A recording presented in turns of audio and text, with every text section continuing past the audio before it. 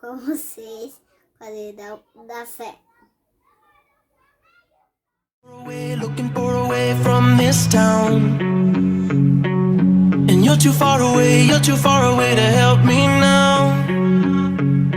So I'm counting down.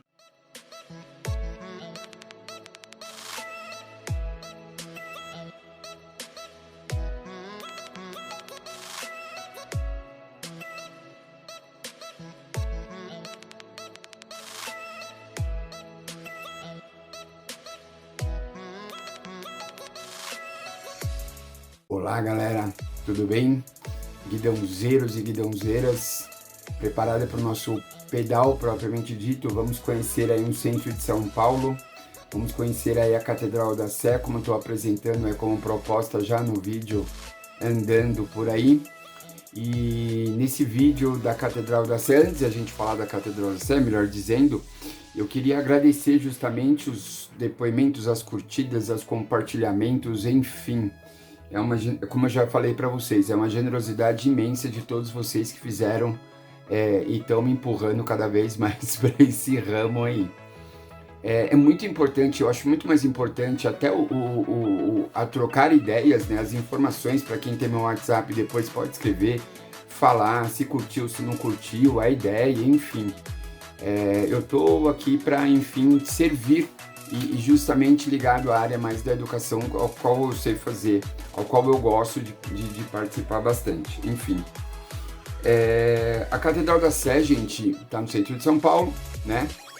Como não sei se a maioria já sabe, mas essa Catedral da Sé, ela sofreu muitas coisas, né? E eu tenho que retratar essa catedral.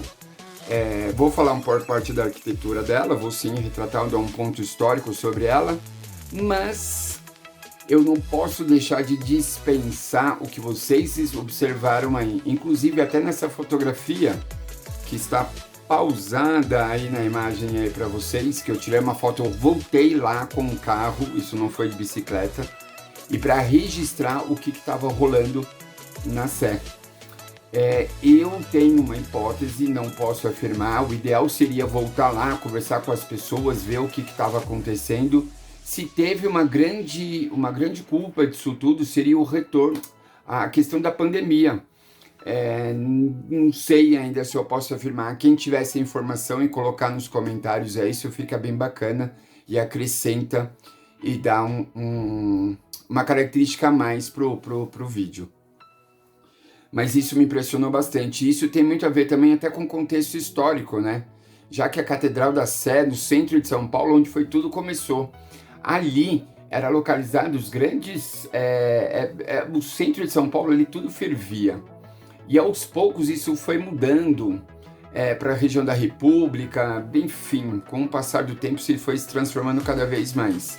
E aí a gente tem um problema atual até que caracterizado, né, para ver se vai ter um problema de revitalizar, de ter moradores, ter moradia para as pessoas no centro de São Paulo, enfim. Tem toda essa característica urbanística aí na cidade que vale a pena a gente conversar sobre. E eu não posso dispensar, por isso que chama-se o olhar do guidãozeiro. Foi o que eu vi, o que eu registrei e precisava falar sobre. Enfim, vamos falar agora da Catedral da Sé. A Catedral da Sé, minha gente, ela foi construída em 1913 e ela foi terminada em 1954. E olha que legal, galera, era um prédio que não acabou ainda. Mas por que eles precisavam entregar em 1954? Para fazer o quarto centenário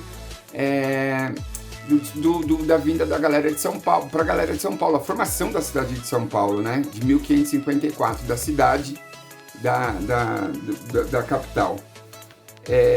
A cela já existia, ficava no fundo da catedral, ali enfim, no fundo onde tem a igreja da Sé, e era uma igreja típica colonial.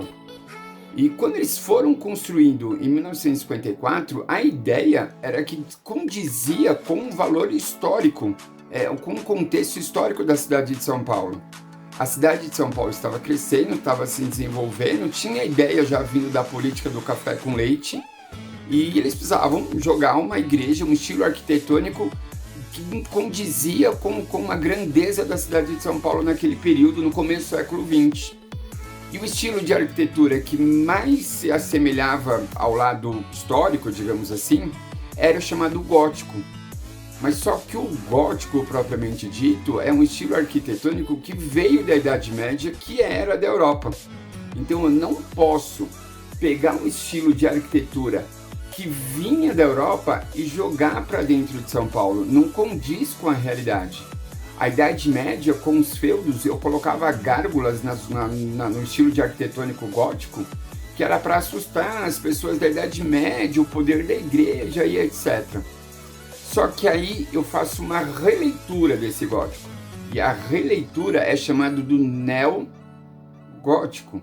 É uma nova forma de olhar esse estilo de arquitetura chamado gótico, propriamente dito.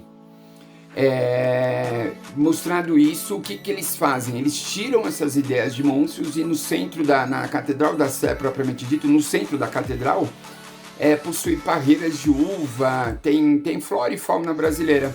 Então são justamente essas características.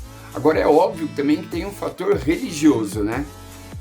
Eu tenho que mostrar que são umas ideias dos vitrais, propriamente dito. A altura do vitral, ele tem aproximadamente 112 metros de altura, aqueles vitrais da Sé, e a luminosidade ali entra muito fácil. Então, o olhar religioso da igreja era muito importante justamente para aquele começo ali, para aquela formação daquela igreja. O que eu costumo falar às vezes em sala de aula, eu acho que estudar história não é decorar datas, né? Mas a gente precisa questionar algumas coisas. Olha lá, se ela foi construída em 1913 e terminou em 1954, ela teve 2 guerras mundiais pesadas que teve no mundo. Ou seja, olha o poder da cidade de São Paulo que tinha diante de uma primeira, de uma segunda guerra mundial. Demorava para chegar material até a cidade de São Paulo, até o Brasil, no caso propriamente dito, e isso foi enfrentado durante aí os anos. Ok? Bom, é isso. A minha escolha para a Catedral da Sé é justamente ao marco zero da cidade de São Paulo, onde a gente tem uma ideia da dimensão do que é a cidade de São Paulo através do marco zero da Catedral da Sé. E aí é o meu marco inicial aí para fazer um grande pedal.